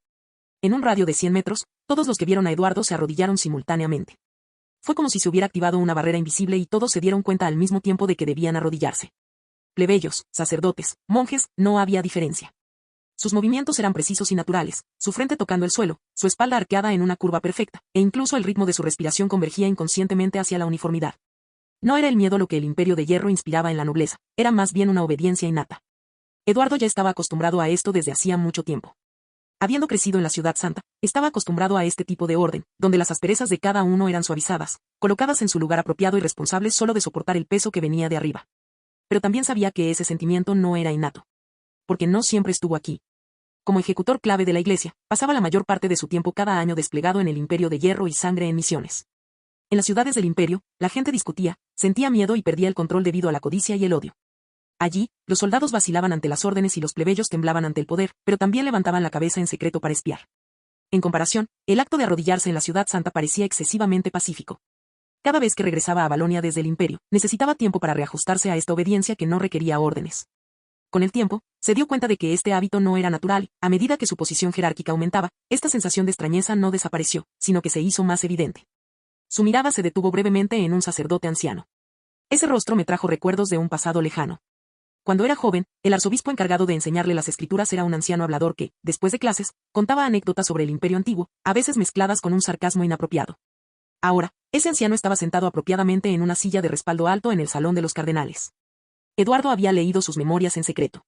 Ya no había emoción, ni postura personal, solo fragmentos de textos doctrinales que eran calibrados y reproducidos repetidamente, como un artefacto con forma humana pulido a la perfección. En ese momento, comprendió claramente, por primera vez, que la Ciudad Santa no era un pináculo de la fe, sino un filtro en constante funcionamiento. Filtra la duda, filtra el deseo, filtra todo el ruido que no pueda ser explicado por la autoridad divina. No le gustaba esa sensación. No fue por miedo, ni por aversión al orden en sí. En realidad, la razón fue que, inconscientemente, se preguntaba, ¿en qué estaban pensando aquellas personas arrodilladas? Tales pensamientos eran indeseables en la Ciudad Santa. Persistieron obstinadamente en la mente de Eduardo, como una pequeña astilla que nunca había sido extraída. No odiaba la ciudad, ni quería destruir ese sistema, y comprendía que no podía cambiar nada de eso en ese momento. Pero en el fondo, poco a poco, iba tomando forma una gran idea. Si este sistema estuviera diseñado para no ser derrocado, tal vez podría arreglarse. Fue precisamente por eso que el Santo Asiento Blanco, por primera vez, dejó de ser meramente una meta trazada por su familia y se convirtió en un camino que tal vez valía la pena seguir. Sin embargo, la imagen de su padre vino a su mente. Cuando fue enviado a la Ciudad Santa hace años, el objetivo del duque Calvino para él no era ambicioso, asegurar una ruta de escape para su familia que no dependiera de ningún imperio. En ese momento, simplemente se lo consideraba talentoso, por lo que el trono divino blanco no era el objetivo inicial de su padre. Fue solo más tarde, cuando su posición fue ascendiendo paulatinamente, que la posibilidad surgió gradualmente, lo que llevó a su padre a escribirle e insistir en que debía luchar por ella. Dentro del Salón del Velo Santo, 3 candidatos estaban uno al lado del otro. La imponente cúpula se alzaba sobre ella y arcos de color platino se extendían hacia arriba en capas aparentemente interminables. El salón sagrado en sí no necesitaba ninguna decoración para mostrar su majestuosidad. La inmensidad del espacio era suficiente para hacer que la gente contuviera instintivamente la respiración. Los cardenales permanecieron en las sombras de los pasillos del piso superior, con el rostro oscurecido por capuchas y luces, y dejando escapar solo una mirada sutil y espiritual. Eduardo estaba en el centro, con expresión tranquila. Podía sentir que la mujer a su izquierda, conocida como la Santa del Bosque, se estaba sincronizando con la red de vida dentro del salón sagrado de una manera casi instintiva. Su respiración, sus latidos e incluso el débil flujo espiritual dentro de su cuerpo se acercaban inconscientemente a la matriz de flores de plumas doradas. Hasta cierto punto, ella había sido parcialmente aceptada por el sistema. Por otro lado, el árbitro, vestido con una túnica platino, tenía una presencia completamente diferente. Su de batalla divina vibró a una frecuencia anormalmente alta, incluso cuando fue contenido deliberadamente, todavía causó temblores sutiles en el aire. Era un poder que había sido templado repetidamente y que existía únicamente para la ejecución y el juicio. La mirada del árbitro recorrió brevemente a Eduardo. No había hostilidad en esa mirada. Si esto era un juicio, estaba seguro de que sería el último en quedar en pie. No hubo intercambio de palabras entre los tres, pero la competencia invisible ya había comenzado. Eduardo sintió las miradas que venían desde arriba, las cuales cambiaban constantemente de foco, comparándolos a los tres alternativamente. Estos fueron los individuos más notables que Avalonia pudo producir durante este periodo. También eran los candidatos de mayor calidad que este sistema había filtrado a lo largo de los siglos. Todos ellos eran genios y precisamente por eso estaban allí como candidatos. En ese momento, el cardenal arzobispo caminó lentamente hacia los tres candidatos. Su piel era tan pálida que era casi transparente, como si hubiera estado privado de la luz solar durante mucho tiempo. Los vasos sanguíneos eran vagamente visibles debajo de la piel, como hilos de seda empapados en agua. Con cada paso que daba, los relieves florales dorados en forma de plumas incrustados en el suelo bajo sus pies vibraban levemente. El sonido se extendió por las vetas de la piedra, reverberando por todo el suelo del salón del velo sagrado, provocando que los huesos de las personas resonaran involuntariamente. El cardenal arzobispo se detuvo frente a los tres.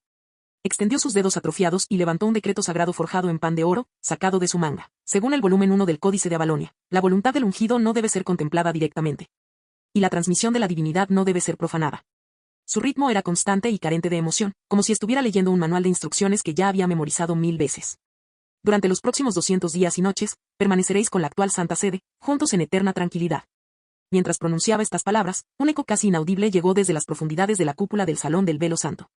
No fue un eco, sino más bien una lenta confirmación. El cardenal arzobispo levantó ligeramente la barbilla y su mirada recorrió a los tres individuos uno por uno. Estos 200 días no son un periodo de espera. Tu conciencia experimentará una colisión de alta frecuencia con la corona. El que persevera es Dios, el que no persevera es polvo. El santo decreto terminó lentamente y el ritual comenzó de inmediato. 12 cardenales emergieron de los lados de la sala santa, formando dos filas, manteniendo su postura frente al trono santo mientras caminaban hacia atrás. La distancia, la velocidad y el ángulo de cada paso eran terriblemente precisos. Tenían la misma expresión en sus caras. No era alegría ni lástima, sino una tranquilidad alcanzada tras un largo periodo de adaptación.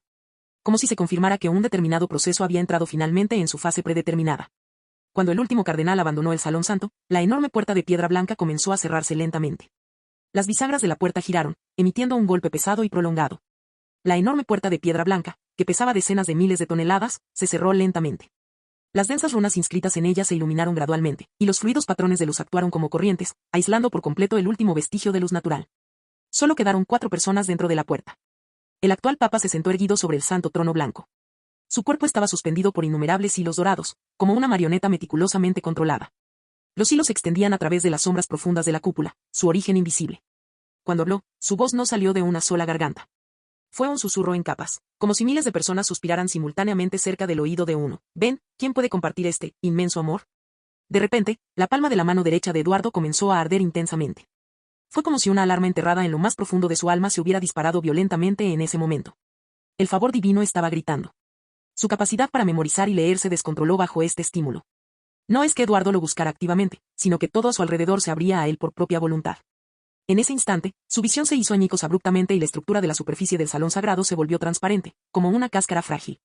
Los enormes pilares de piedra blanca que se elevaban desde la cúpula ya no eran estructuras de soporte. No había piedra dentro de las columnas. Era una vista repugnante. Innumerables fibras nerviosas doradas llenaban densamente toda la columna de piedra, entrelazándose y retorciéndose, cubiertas por una membrana espiritual translúcida, como vasos sanguíneos que aún no se habían formado completamente. Estas fibras no estaban quietas, estaban pulsando, contrayéndose y expandiéndose repetidamente en un ritmo constante pero fresco, como si todo el salón sagrado estuviera respirando. Eduardo se dio cuenta que estas fibras se extendían en todas direcciones. Pero todos los puntos finales finalmente convergieron en un único núcleo, siguiendo gruesas tuberías subterráneas. El asiento sagrado blanco, específicamente la corona de plumas cubierta con patrones de espinas. Las alas espinosas se abrieron y cerraron a un ritmo extremadamente lento, como si ajustaran su respiración o esperaran una señal específica. Cada ritmo débil desencadenaba un temblor sincronizado en la red neuronal interna de todo el salón sagrado. Eduardo no podía entender el propósito de esa estructura. No tenía ningún simbolismo religioso ni se ajustaba a ninguna lógica alquímica conocida. Se trataba de un órgano gigantesco que había completado su calibración y se mantenía en modo de espera a largo plazo. Y ahora estaba evaluando los nodos que se podían conectar, uno por uno. El aire dentro del salón sagrado comenzó a hacerse más denso. Era como si todo el espacio estuviera siendo comprimido hacia adentro por un peso invisible, e incluso la luz estuviera siendo arrastrada y doblada hacia el suelo. La respiración se hizo difícil, los límites del pensamiento comenzaron a ralentizarse, incluso el tiempo perdió su sentido de progresión lineal, dejando solo una quietud que se repetía constantemente. La santa del bosque, Sylvia, fue la primera en ceder. Su respiración se sincronizaba inconscientemente y armonizaba perfectamente con el ritmo del salón sagrado. Las fluctuaciones espirituales en su cuerpo se suavizaron y debilitaron capa por capa, hasta que se acercaron a cero. Sus pupilas se dilataron lentamente y su mirada perdió el foco. No había dolor en su rostro, sino un entumecimiento que rayaba en la satisfacción, como si finalmente hubiera encontrado su lugar y se le permitiera fusionarse con un todo mayor. Su cuerpo se inclinó ligeramente hacia adelante, como si estuviera escuchando una llamada que solo ella podía oír. Al instante siguiente, su corazón se detuvo. No hubo espasmos violentos ni gritos. Su cuerpo perdió el equilibrio y se desplomó silenciosamente sobre el suelo frío, sin siquiera un solo eco. El árbitro, Gabriel, dio un paso adelante casi simultáneamente. Su de batalla divina estalló violentamente bajo el impulso del instinto, y una luz color platino emanó de las aberturas de su armadura. Sin embargo, antes de que este poder pudiera extenderse, fue violentamente reprimido por una entidad de rango superior. La expresión de Gabriel cambió dramáticamente por primera vez. Fue un colapso cognitivo completo. Su de batalla, su fe, todo aquello en lo que confiaba para definirse, resultó insignificante en ese momento. Abrió la boca, como para decir algo, pero al segundo siguiente sus pupilas se contrajeron de repente. Una fibra nerviosa dorada surgió de debajo del suelo, perforando su cavidad torácica como una serpiente venenosa. No hubo salpicaduras de sangre, la fibra se sincronizó con el de batalla divina en el instante en que entró en su cuerpo. El cuerpo de Gabriel se puso rígido por un momento. Entonces, todo su cuerpo se desplomó lentamente al suelo, como un cascarón vacío. 2 cadáveres yacían en silencio bajo los escalones del salón sagrado. Eduardo permaneció quieto, sin moverse en ningún momento. El centro de su palma derecha ya no era solo un simple pinchazo. El patrón dorado que simbolizaba el favor divino estaba completamente fuera de control, oscureciéndose rápidamente a rojo, como un hierro de marcar presionado directamente sobre su alma. Un dolor agudo e intenso se extendió por sus nervios, penetrando profundamente en su conciencia. Fue un dolor a nivel del alma lo que le impuso una orden final. Correr.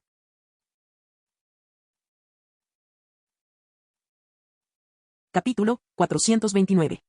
Cuando Luis se despertó, aunque todavía era de madrugada, ya era demasiado tarde para él. Abrió los ojos y su mirada se posó en la viga del borde de la cúpula. La viga estaba acabada con madera oscura pulida, con estrechas tiras de cobre incrustadas en las juntas para estabilizar la estructura y servir como decoración. Todavía se podían ver patrones en relieve de la antigua era aristocrática en las esquinas. Este lugar fue una vez la residencia principal del conde del feudo de Hierro Negro, un antiguo castillo que fue completamente ocupado. Por supuesto, comparado con el castillo de la Marea Roja, una maravilla de la arquitectura nórdica, era naturalmente 1000 veces inferior, pero era suficiente. Lois usó este lugar como oficina y residencia temporal. No eligió el castillo Roca Gris porque el olor a sangre ya había impregnado las grietas de la piedra, algo que no podía eliminarse con unas cuantas limpiezas. Lois no le prestó mucha atención y simplemente se dio la vuelta. Largos cabellos blancos estaban esparcidos sobre la almohada a su lado. Sif todavía estaba dormido. Su cabello estaba extendido sobre la almohada con un brillo suave y natural, y sus pestañas largas y cerradas proyectaban sombras suaves debajo de sus ojos. Lois levantó la mano y ajustó el borde de la colcha alrededor de su hombro. Sus movimientos fueron muy leves y, aunque la ceja de Sif se movió ligeramente, ella no se despertó. Emily y el anciano mayordomo Bradley permanecieron en la ciudad de Red Taid para supervisar el norte, que ya operaba bajo el sistema Red Taid y podía funcionar sin él.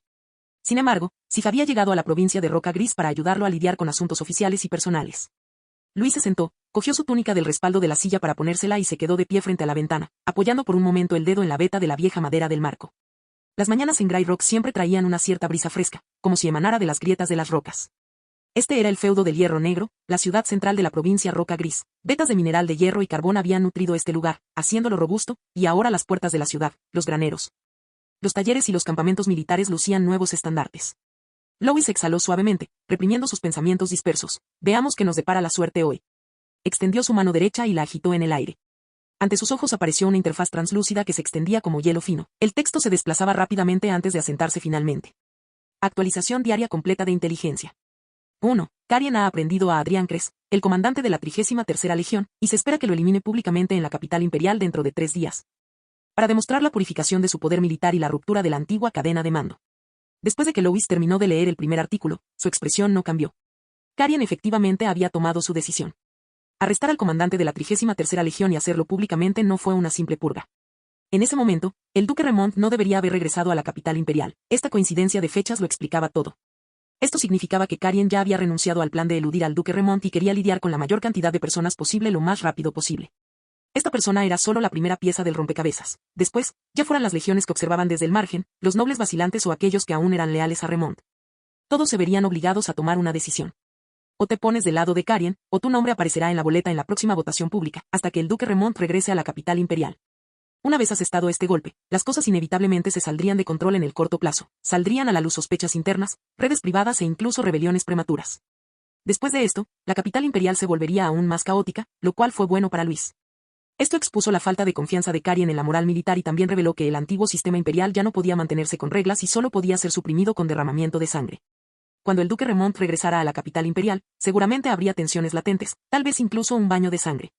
Luis incluso sintió un poco de placer en su corazón porque los perros comenzaron a morderse unos a otros. No necesitaba intervenir, simplemente podía quedarse a un lado y observar cómo se destruían mutuamente tanto como fuera posible. Todo lo que la marea roja necesitaba hacer era pavimentar los caminos, entregar el grano y proteger las puertas de la ciudad mientras luchaban. Lois pensó que quizás podría reclutar a alguien con talento. Mentalmente anotó la idea. 2. La ceniza volcánica superficial de la ladera Red Claw, en la parte oriental de la provincia Grey Rock, es explotable. La capa profunda es un depósito puzolánico altamente activo con características de material hidráulico, que se puede probar quemándolo en proporción a la piedra caliza. La mirada de Lois se detuvo en el segundo objeto. Una pendiente de arcilla roja, recordaba aquella zona del mapa, donde el color era oscuro y el suelo parecía como si hubiera sido cocido al fuego. En el pasado, estos nobles lo trataban simplemente como un subproducto para fertilizar los campos, desenterrando algunas cenizas para esparcirlas en el suelo a cambio de una pequeña cosecha. Pero el valor mencionado en esa información era de otra naturaleza. En su mente, rápidamente asoció los materiales con sus usos. En la provincia de Grey Rock había piedra caliza por todas partes. Si los depósitos puzolánicos estuvieran realmente activos y se determinaran la velocidad y temperatura de combustión, se podría quemar un aglutinante resistente al agua. No es un mortero frágil, sino algo que puede endurecerse en condiciones de humedad. No necesitó pensar mucho en lo que eso significaba. Muelles, terraplenes, pilares de puentes, cimientos de almacenes, muros de campamentos militares. Si la provincia de Roca Gris pudiera quemar este material por sí sola, todo el ritmo de la construcción cambiaría. Y no solo en la provincia de Grey Rock, las carreteras y las instalaciones de almacenamiento en todos los territorios del norte, una vez dispersas, ahorrarían esfuerzos durante los próximos 10 años. Lois cogió el cuaderno de la mesa y la punta del bolígrafo se cayó. Designar la ladera de arcilla roja como un lugar estratégico a nivel provincial para la adquisición de materiales de construcción. Enviar artesanos y equipos de hornos de alquimia para realizar pruebas de cocción y determinar la proporción. A los ojos de Lois, la provincia de Roca Gris era una tierra de tesoros. A primera vista, parecía ser solo un pedazo de tierra explorado y minado repetidamente por el antiguo imperio, pero después de continuos informes del sistema de inteligencia diario, descubriríamos que las cosas enterradas allí eran mucho más de lo que estaba registrado. Puntos ciegos dejados por la antigua nobleza, capas geológicas descuidadas y recursos marginales que ya no interesaban a nadie iban saliendo a la luz, uno tras otro. Como se encontraba en la provincia, casi todos los días podía haber uno o dos descubrimientos recogidos por los servicios de inteligencia. Algunos no eran sorprendentes, pero eran bastante prácticos. Algunos, cuando se utilizan en el lugar adecuado, podrían aprovechar directamente toda una línea de construcción. Esta información era exactamente el tipo de cosa que podría traducirse directamente en muros y caminos. 3. Eduardo Calvino recibió el implante completo de la corona de plumas de espinas doradas. Su conciencia entró en un estado de sincronización y servirá de receptáculo para la siguiente generación. El dedo de Lois se congeló en el aire. Se quedó mirando esa línea de texto y solo exhaló lentamente después de 2 respiraciones. Eduardo. Lo primero que le vino a la mente no fue ni el juego de ajedrez familiar ni el poder de la capital imperial. Pero era una persona muy agradable con quien estar. Cuando se conocieron, la otra persona le causó una muy buena impresión. A primera vista tenía un temperamento apacible y hablaba en un tono suave, pero siempre supo respetar perfectamente los límites. Además, durante la investigación de la madre cría, eligió ser honesto sobre sus habilidades. En ese momento, Lois confirmó que era una buena persona, con fuertes principios y dispuesto a correr riesgos por los demás. Pero ahora que tal persona había sido elegida para convertirse en una marioneta, el corazón de Lois estaba muy dividido. En cuanto a la corona de plumas de espinas doradas, en realidad no la reconoció. Era la primera vez que veía algo así en el sistema de inteligencia diaria. Pero, basándose en esa única información, pudo deducir algunas cosas. Esa corona no era un símbolo. La persona que se sentara sobre ella tendría su voluntad reemplazada y su juicio anulado, dejándole solo la función de ejecución. El Papa era una de las personas más poderosas del continente, e incluso se podría decir que era una de las figuras más influyentes del mundo. Si tal persona solo pudiera existir como una marioneta, significaría que lo que controlaba todo esto estaba en un nivel muy superior al del Imperio y la Santa Sede. Este pensamiento provocó un ligero escalofrío en la columna de Lois. Reflexionó sobre ello y llegó a una conclusión que le hizo sudar frío. La madre cría, el jardín de las espinas ardientes de la furia, los restos mortales del dragón, tal vez esta corona de plumas de espinas doradas comparta el mismo origen que ellos. Se distribuyeron por todo el continente en diferentes formas y para distintos usos, pero todos tenían una cosa en común, la capacidad de llevar, amplificar y transmitir una voluntad particular. A lo largo de los años, examinó muchos libros de historia, desde la historia de la fundación del imperio hasta los registros secretos de varias iglesias, pasando incluso por fragmentos y colecciones de leyendas consideradas pseudohistoria, pero nunca logró encontrar registros de esas existencias ni de los fragmentos de memoria que le habían inculcado. Parecían haber sido borrados deliberadamente o tal vez nacieron en una era no registrada. Quizás aquí hubo una falla geológica, un periodo de la historia olvidado por todo el mundo. Y ese corazón primordial dentro de él probablemente tuvo el mismo origen, siendo quizás incluso el vínculo más esencial entre ellos. Este pensamiento le produjo a Lois una extraña sensación de impotencia. Quería investigar, pero no tenía por dónde empezar, al menos por ahora, lo único en lo que podía confiar era el sistema de inteligencia diaria. Dame fuerza, padre del sistema. Lois guardó silencio un momento y finalmente escribió 2 líneas en el cuaderno de inteligencia. Era lo único que podía hacer ahora. Envía 2 grupos de comerciantes disfrazados al puerto de la Flor de la Pluma Dorada. Establece una red de vigilancia de 3 niveles, los muelles, el monasterio y el mercado de grano. Investiga solo anomalías, no busques contacto directo con el núcleo. Cerró el cuaderno y la interfaz se disipó con él, solo el frío del fuego extinguido permaneció en la habitación. Un suave suspiro vino detrás de él. Sif se despertó, no se incorporó inmediatamente, sino que hundió la cara en la almohada, con la voz aún un poco ronca. Estuviste de pie junto a la ventana durante un buen rato. Estoy pensando en algunas cosas. Lois se aferró a su bata y la miró. Sif abrió los ojos, que aún estaban un poco borrosos, pero dijo con mucha claridad, esta mañana hay una reunión de movilización. Estarán presentes la guarnición del territorio del Hierro Negro, los equipos de taller y la recién formada Guardia Nocturna Provincial. No lo olviden. Lois se rió entre dientes. ¿Podría olvidarme de algo así? ¿O lo harías? Sif lo miró con un tono de deliberada seguridad. Y normalmente justo después de recordártelo. No sé qué te pasa por la cabeza. Lois levantó una ceja. Eso significa que tu recordatorio no fue lo suficientemente formal. Sif murmuró, pero las comisuras de sus labios se crisparon ligeramente. Así es. La próxima vez lo comprobaré unas cuantas veces más. Y no hace falta. Lois sonrió y volvió a la cama, llevándole la mano a la oreja para acomodarle un mechón de pelo blanco tras la frente. Si me cuidaras todos los días, no podría dormir bien. Sif lo miró con ojos claros. Entonces recuerda esto más claramente. Se sentó, se subió la manta hasta los hombros y su tono volvió a ser profesional, aunque todavía había un toque de ternura. Por eso te seguí hasta aquí, para evitar que sobrecargues tu agenda. El sonido de pasos fuera de la ventana se hizo más fuerte. A lo lejos se oyó brevemente un cuerno, como para recordar a toda la ciudad que estaba amaneciendo. Como Sif había llegado ayer, Lois se despertó un poco tarde hoy, con cosas que hacer más tarde, solo pudo tomarse un día libre de su cultivo matutino. Lois agarró su cinturón de espada y empujó la puerta. En la entrada del castillo de Hierro Negro, al amanecer, el viento frío se arremolinaba por los escalones de piedra, enviando un escalofrío por su columna. Pero la multitud que estaba delante de la puerta era como una olla de agua hirviendo, con intensas olas de calor. Más de 500 empleados hacían cola para entrar. Pete se ajustó el abrigo oscuro del uniforme de red taída alrededor del cuerpo, siendo empujado hacia adelante por la multitud. El forro de su abrigo ya estaba empapado de sudor, adherido a su espalda, pero no podía permitirse el lujo de preocuparse. Los acentos que le rodeaban le resultaban muy familiares. Tenían acentos típicos del norte de Inglaterra, con un ritmo de habla rápido y terminaciones de palabras bastante acentuadas. Todos ellos eran oficiales transferidos de bajo nivel, seleccionados del sistema Marea Roja.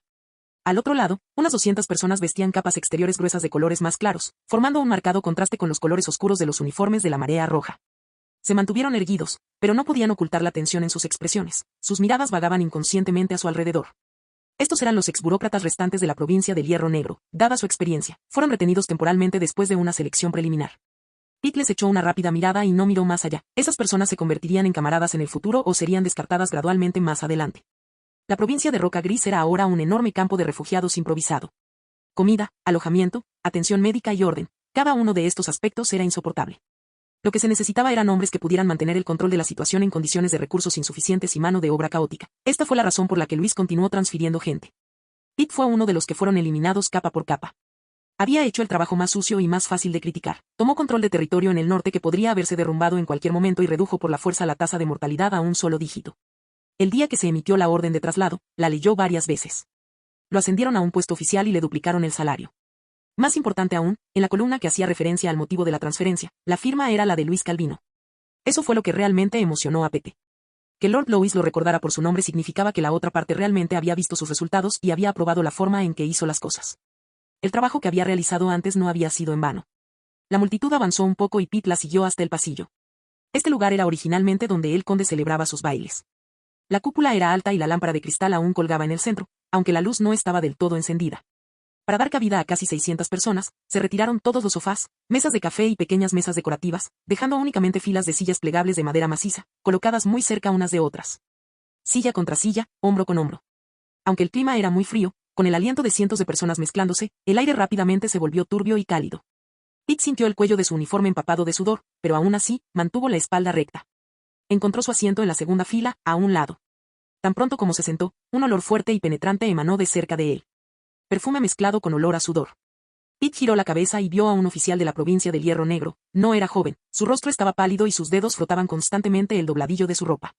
Esa persona claramente no estaba acostumbrada a ese tipo de escena. Su mirada vagaba entre las espaldas de los líderes de la marea roja en la primera fila, con su nuez de Adán subiendo y bajando. Un montón de lunáticos. El hombre no habló en voz alta, solo movió los labios. Pete vio claramente, pero no respondió, solo sacó un bolígrafo de carbón y su cuaderno personal de tapa dura de su pecho, abriéndolos en su regazo. Ni siquiera había una mesa para escribir. Si alguien quería tomar notas, solo podía usar sus piernas como apoyo. Había visto a muchas personas así antes. Inicialmente, siempre llevaban algunas impurezas, algunas de las cuales podían eliminarse con el tiempo, mientras que otras eventualmente se desprendían. Los ruidosos susurros en el pasillo cesaron de repente. Era como si algo invisible los estuviera reteniendo. Pete instintivamente miró hacia arriba. Una figura apareció en la puerta. Lois había entrado. No hubo ningún anuncio, pero toda la sala permaneció en silencio. Fin del video.